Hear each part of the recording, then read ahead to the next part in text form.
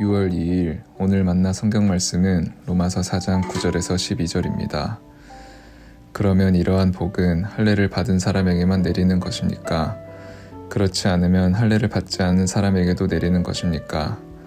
우리는 앞에서 말하기를 하나님께서 아브라함의 믿음을 의로 여기셨다 하였습니다. 그러면 어떻게 아브라함이 그런 인정을 받았습니까? 그가 할례를 받은 후에 그렇게 되었습니까?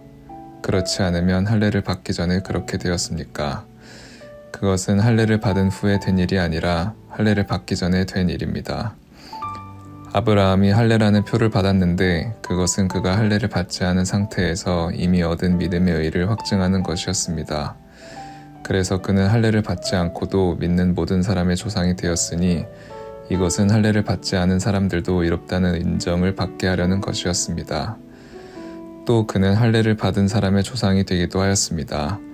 다시 말하면 할례만을 받은 것이 아니라 또한 우리 조상 아브라함이 할례를 받지 않은 상태에서 걸어간 믿음의 발자취를 따라가는 사람들의 조상이 되었습니다. 아멘. 오늘 만나러 만나주시는 하나님을 기대합니다.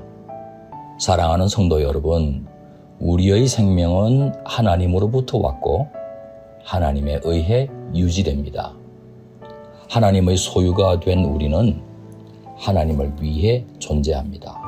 이 사실을 인정하는 것이 신앙의 기초입니다. 하나님께서는 당신을 떠났던 우리를 포기하거나 심판하거나 버리지 않으시고 성자 예수님을 우리에게 보내주셔서 십자가에서 흘리신 핏값으로 우리를 사서 다시 당신의 소유가 되게 하셨다는 소식이 바로 복음입니다. 이 사실을 믿을 때 하나님의 구원이 임합니다. 믿음은 율법으로 얻는 구원이 더 이상 통하지 않으니 하나님께서 궁여지책으로 만들어주신 구원 플랜 B가 아닙니다. 믿음은 유대인에게 율법을 주시기 전 처음부터 구원의 원리이자 하나님의 선민들을 이끌어 가시는 방식입니다. 창세기 15장에서 믿음으로 의롭다고 여김받은 아브라함을 보십시오. 17장에서 할례를 받기 전입니다. 율법 이전의 인물이라는 뜻입니다. 아브라함은 유대인의 육신적인 조상일 뿐만 아니라 모든 인류에게 믿음의 조상이 되지 않습니까? 인간이 율법을 지키는 행위로 구원을 얻는다면 자랑할 것이 있겠습니다.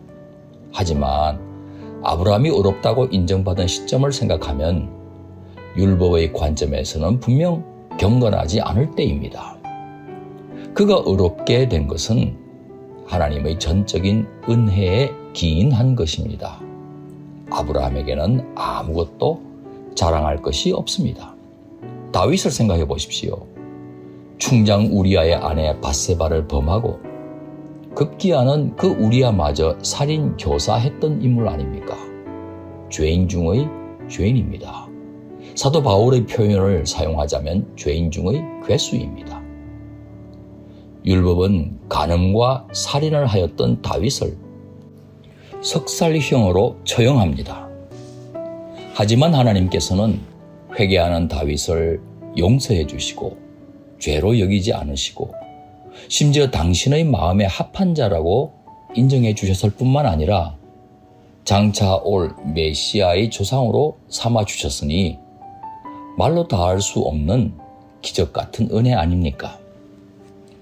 그러니 유대인들이 율법을 따라 할례 받았다는 이유로 민족의 우월성을 과시하거나 자신들만 아브라함의 후손으로서 의로운 언약 백성이라고 주장할 수 없는 것입니다. 오직 믿음의 법으로만 아브라함의 참 후손이 됩니다. 하나님의 관심은 우리들이 구원받을 만한 자격이 전혀 없다는 것을 먼저 인정하고 있는가입니다. 더 나아가 바랄 수 없는 중에도 하나님을 믿었던 아브라함의 믿음이 과연 있는가입니다. 우리 그리스도인은 믿음을 통해 임하는 하나님의 은혜로 하나님의 자녀가 된 겁니다. 이후의 모든 삶 역시 하나님의 은혜요 축복입니다. 그러므로 하나님의 영광과 하나님의 뜻을 위해 사는 것은 그리스도인의 마땅한 본분입니다.